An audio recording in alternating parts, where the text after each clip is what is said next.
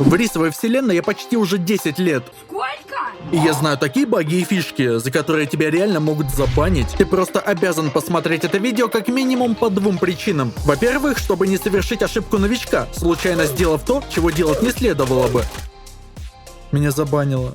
Меня реально забанило. И для общего просветления, ведь то, о чем ты сегодня узнаешь, даст наисочнейший прирост к получению кайфа от игры. Начиная от читерских подсадов, куда не добраться простым смертным, и заканчивая полной неуязвимостью. Некоторые фишки сегодняшнего видео используйте только на свой страх и риск. И только на тех серверах, где вы не боитесь быть забаненным. А еще лучше, совет от меня, прибегайте к ним только в самых безвыходных ситуациях. В любом случае решать вам, но знайте, я вас предупреждал. Итак, сейчас я покажу вам сразу 20 фишек и багов, которыми пользуюсь конкретно я в своих выживаниях. Начнем мы от тех, что попроще, и закончим уже теми, за которые и отлететь можно. Каждый растер появляется сначала на пляже, потом бежит к центру карты, выбирает место для дома и все вот эти движения. Все твое начало ты являешься самым настоящим бомжом. И единственное, что тебе светит в ближайшие полчаса, это либо развиваться от мирного города, либо пытаться проявить себя на всяких бомжи-РТшках по типу свалки, порта заправки и так далее. Но фармить не всегда хочется, согласитесь. Лучше всего, когда лут сам идет к тебе в руки. В игре есть два порта. На одном переработчик находится ближе к воде. У другого он находится рядом с каким-то зданием возле спуска в метро. Именно он нам и нужен. Обязательно делись этим видео с другом, ведь для этой читерской подсадки тебе обязательно нужен тиммейт. Что мы и делаем? Мы бежим к этому зданию, запрыгиваем на эти покрышки и подсаживаемся с помощью тиммейта на крышу здания. Отсюда, даже имея самое примитивное оружие, вы можете контрить чуть ли не весь порт, пока ваш тиммейт будет лутать всех бомжей, которые будут бежать сюда с целью развиться. Здесь вы в полной безопасности, а это значит, что как только у тиммейта внизу забивается инвентарь, он может передавать все наверх для пересейва. Запушить вас будет очень сложно, поэтому если тиммейта внизу убили, просто дождитесь его и не играйте в героя. Еще есть свалка. Если пойти от переработчика в сторону контейнеров и далее все сделать так, как это делаю я на видео, то вы займете самую читерскую подсадку на свалке. Чтобы ее занять, тиммейт не нужен, но вам будут нужны прямые руки, потому что это одна из самых сложных запрыжек, что есть в принципе в расте. И даже не смотрите, что я сделал с первого раза. Я просто тренировался. Это очень сложная запрыжка. Если случилось так, что вас на ней убили, то с вероятностью в 95% вас вряд ли залутают, потому что опять же таки попасть сюда очень сложно. Отсюда вы можете контрить практически всю свалку. И даже переработчик как на ладони. А для пересейва ресурсов просто спуститесь чуть пониже к тиммейту. Далеко отходить не будем. И следующие фишки связаны с шелтером. Это деревянная коробка, самая ужасная, что вы можете выбрать для сохранения ваших ресурсов. Или нет, если вы напихаете кучу ящиков в ваш шелтер, то он станет очень лакомым кусочком для тех, кто любит в них заглядывать, потому что просматривается он ну очень хорошо, и все ваши ящики будут как на ладони. Я бы рекомендовал вообще избавиться от деревянных ящиков и вместо них использовать small stashes. Разместить их в шелтере можно огромное количество, а снаружи в закопанном состоянии чужак не увидит вообще ничего, и будет складываться ощущение, что это просто пустышка. Также, если вам одной двери в шелтере мало, то вы можете добавить такой вот airlock, который не даст пройти дальше, если вас убили в открытых дверях. Делается это максимально просто. Самое важное это то, что шелтер нужно ставить в самое высокое возможное положение. Потом забегаем внутрь, встаем в угол и устанавливаем два треугольных фундамента. По центру устанавливаем фрейм для двойной двери. По сути, это все. Стэшики также напихать можно. Ну и коли речь зашла про такое явление, как small stash, я вас научу искать эти самые тайники. Причем я знаю самый простой и самое главное рабочий способ. Вам не нужно ходить с капканами, не нужно стучать киянкой по земле в попытках что-то обнаружить. А, пожалуй, единственное, что вам нужно будет сделать, это нарубить немножко дерева и скрафтить бизнес-план.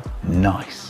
Далее объясняю механику. Small stashes можно ставить и закапывать практически везде. Чтобы их откопать, нужно смотреть непосредственно в то место, где вы их устанавливали. Однако, если речь заходит именно про поиск этих самых стэшей, то откапывать их не обязательно. Достаточно будет просто их сломать. А как нам сломать то, что находится под землей? Все гениально просто, но от вас требуется только поставить фундамент. Весь лут из тайников, что будет под этим фундаментом, сразу выйдет на поверхность. Искать тайники таким способом можно в промышленных разных масштабах. Возле города, вблизи запуска МЛРС, возле одиноко стоящего спальника, да где угодно. Темка реально рабочая, пользуйтесь, пока не пофиксили. Впереди еще куча багов и фишек, которые я хочу вам показать. Но я просто не могу вам не напомнить про мой бусти, на котором сегодня у меня вышел новый приватный дом, который строится из кибитки 2 на 1, имеет очень топовый отстрел и огромное количество нелутаемых ящиков. Да и вы посмотрите, как выглядит этот красавец. Подписка стоит всего 2 бакса, и ты точно не разочаруешься. Ведь полезного контента на бусти уже реально дофига. Ссылка будет в описании, присоединяйся. Следующий баг находится у нас на космодроме. Под ракетой есть комната, где спавнятся деревянные и зеленые ящики. Лично я, когда живу у космо, всегда пролутываю эту комнату, потому что это самые безопасные зеленые ящики на этой РТшке. И как же бывает обидно, когда ты спрыгиваешь в эту комнату, а она оказывается пустой, и тебе снова приходится тратить свое время, чтобы подняться. Но вот если вы встанете прямо над этой комнатой и выкрутите качество объектов на минимум, то у вас появится прозрачная щель в текстуре, через которую можно будет сразу посмотреть, есть ли чего лутать в этой комнате или нет. Уверен, это сэкономит немало времени. Следующие фишки у нас будут связаны именно с гранатами. Вы все прекрасно знаете, что если нацепить гранату на недавно установленную стенку и перевернуть, то она взорвется с обратной стороны. Это понятно. Также уже баяном считается вешать гранаты на ставни и двери, которые выпирают через стены. Это уже всем понятно, все к этому готовы. Но я пошел немножко дальше. Чтобы граната взорвала челика через стенку от тебя, не обязательно этой самой гранате выпирать через стену. Вот самый обычный домик 2 на 2. На недавнем вайпе у меня продипали первые двери, и мне повезло закрыть их внутри. Около шкафа у меня были гранаты с аирдропа, но я не знал, как ими воспользоваться. Ведь это обычная 2 на 2, и двери нигде не выпирают. Да и дом я давно построил, стенки уже не перевернуть. И я подумал, а что если налепить гранату прямо на кончик двойной двери и открыть? По идее, граната же будет немножко в стене. Это должно сработать. И это сработало. Теперь вы знаете, что даже в такой конфигурации можно взрывать челиков внутри своего дома, оставаясь при этом в полной безопасности. Я не устану говорить, что практически все скины во вкладке «Общие» являются лютой имбой. Хазик дает защиту от холода в зиме, скины на камень дают возможность сделать скрытые лутовые. Это DLC вообще за гранью добра и зла. И, казалось бы, что могут дать эти лампочки? Но именно они являются инструментом для передачи энергии сквозь стены. А значит, с помощью них вы можете делать бункерные аккумуляторы. Если возникает вопрос, как это сделать, то все очень просто. Ставите аккумулятор в буферке, кидайте туда спальник, ставите стенку и улучшаете в любой материал. Далее устанавливаете эти лампочки так, чтобы они заходили в текстуру стены. Потом встаете на спальнике рядом с аккумулятором, кидаете питание на лампочку и все. Вы вывели всю энергию из бункера в свободный доступ. Проводить энергию для зарядки аккумулятора можно аналогичными действиями. Вы, наверное, уже в курсе, что завтра, 5 января, на Раструме открывается долгожданный лонг-сервер с 2-недельными вайпами. Но и так как я и сам пойду туда играть, то, пожалуй, попробую вас заинтересовать поиграть вместе со мной. Это будет проект с классическими рейтами X1, ускоренным крафтом X2, переработчиками в рыбацких деревнях и остальными крутыми фишками проекта. Но помимо всего этого на лонг-сервере практически отсутствует донат, что может привлечь игроков, которым это не нравилось ранее. Двери проекта открыты для всех игроков, и в честь этого мы подготовили 2 масштабных розыгрыша в нашей группе ВК и Телеграм-канале. Ссылочки найдете в описании. Если вы очень хотите начать торговлю через магазины, а ресурсов на его постройку у вас нет, то вот самое дешевое, что можно придумать. Ставите треугольник, на него фрейм для двойной двери, ставите магазин и двойную дверь.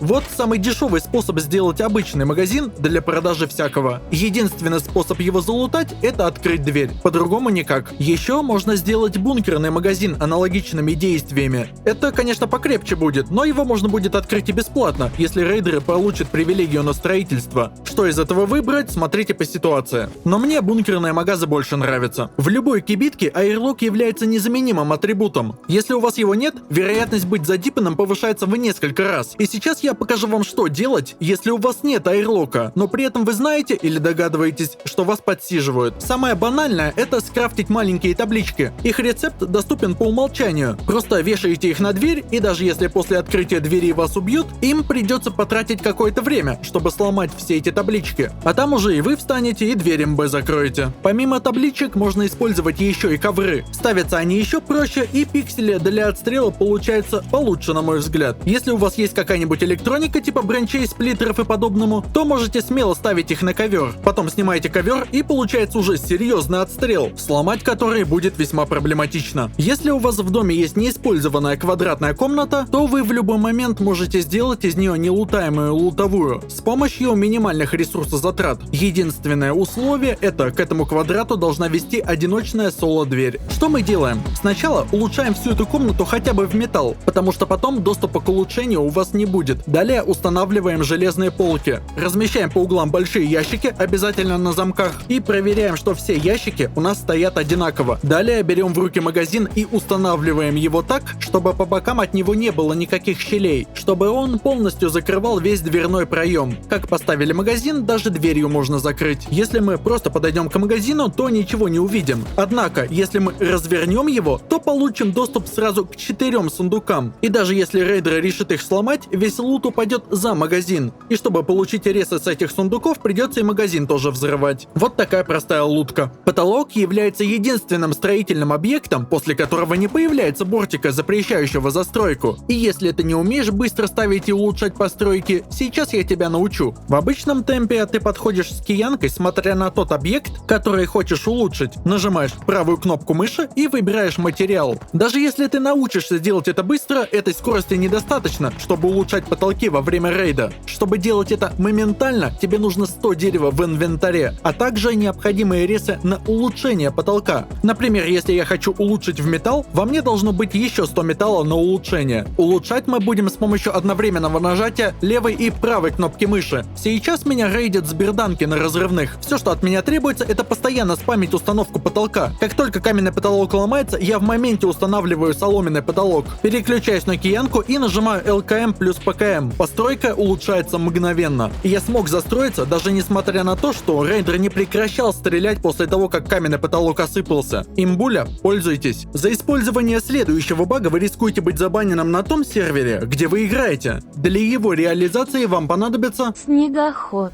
достать его можно с арктической базы с помощью синей карты. Как только вы получите в свое владение эту адскую колесницу, вам нужно найти мощный состав. То есть не маленький медленный, а большой, скоростной. Далее все, что от вас требуется, это медленно заехать в него так, чтобы подъехать как можно ближе к тому месту, откуда можно управлять этим поездом. Далее вы должны поменять положение своего персонажа на транспорте. По умолчанию это X. И уже отсюда вы можете стрелять во все стороны. И даже если кто-то захочет сесть за поезд и отогнать его, вы с легкостью сможете пресечь эти попытки на корню. Единственный способ вас убить — это гранатами или ракетами. Используйте только на свой страх и риск. Следующий способ тоже делает вас неуязвимым, однако его можно применить уже где угодно. Для его реализации вам нужен диван. Его давали с твич-дропов когда-то давно. Если у вас его нет, то идем во вкладку «Общее» в самом расте и покупаем. Когда вы будете использовать этот баг, вы полностью неуязвимы. Единственное, что может вас выдать, это торчащее дуло вашей пушки. Абсолютно все ваши выстрелы регистрируются. Поэтому не сомневайтесь в том, что если вы слишком пережестите с этим багом, то на вас обязательно пожалуются. А в строительстве нет ничего сложного. Самое главное, соблюдайте ту последовательность, которую делаю я. Тогда у вас точно не возникнет сложностей, чтобы установить шкаф, там ящик и так далее. Чтобы у вас в принципе встал шкаф под эту крышу, у вас крыши должны быть из разных материалов. То есть крыши не должны быть соединены друг с другом посередине. Если что, потом это тоже можно сделать. Самое главное, чтобы была возможность сделать их из разных материалов. Потом выравниваемся по окантовке треугольного фундамента и устанавливаем максимально близко к себе. Ну и прежде чем проверять, конечно же, лучше застроиться до конца. Самое главное, около дивана не ставьте ни соло-дверь, ни двойную дверь, а то садиться не сможете. Спасибо за просмотр и не забывайте про бусти.